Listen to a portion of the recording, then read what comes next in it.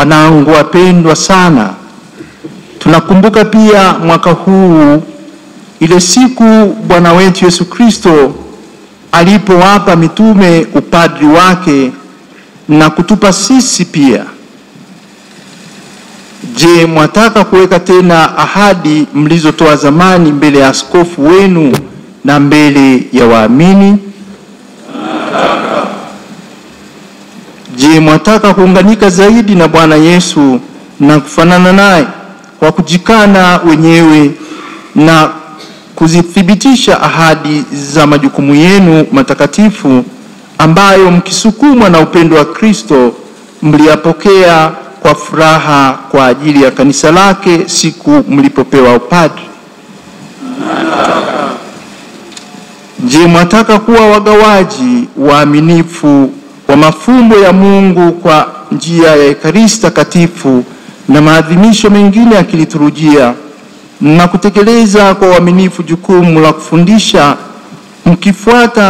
mkimfuata Kristo aliye kiongozi na mchungaji, sio kwa tamaa ya mali bali mkisukumwa tu na juhudi ya kutaka kuokoa watu?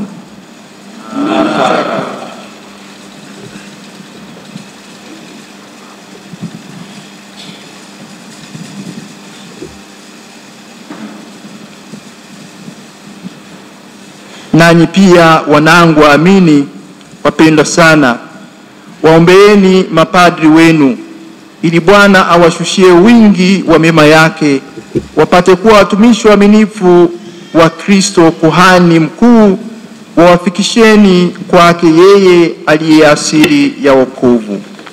Kristo utusikie, Kristo utusikilize.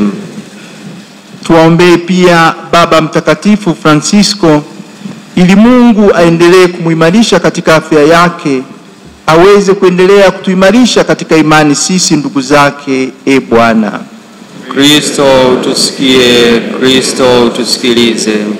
Niombeeni na mimi pia nipate kuwa mwaminifu katika jukumu la kitume nililokabidhiwa katika unyonge wangu, niwe kati yenu siku kwa siku mfano ulio hai na mkamilifu zaidi wa Kristo aliye kuhani, mchungaji mwema, mwalimu na mtumishi wa wote. Kristo utusikie, Kristo utusikilize. Tuliombee pia jimbo letu kuu na waamini wote ili Mungu awasaidie kushikamana na wachungaji wao katika kumfuata Kristo na kumshuhudia katika maisha yao. Bwana. Kristo utusikie, Kristo utusikilize. Tumuombee pia marehemu askofu tuliyemfahamu alipokuwa padri hapa jimboni kwetu, Albert Prive Tebeno, misionari wa Afrika aliyefariki siku ya tarehe 13 Dominika iliyopita ya matawi huko Canada, ili Mungu Baba mpokee kwake mbinguni. Bwana. Kristo utusikie, Kristo utusikilize.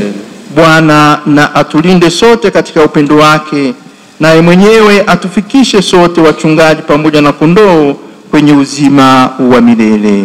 Amina.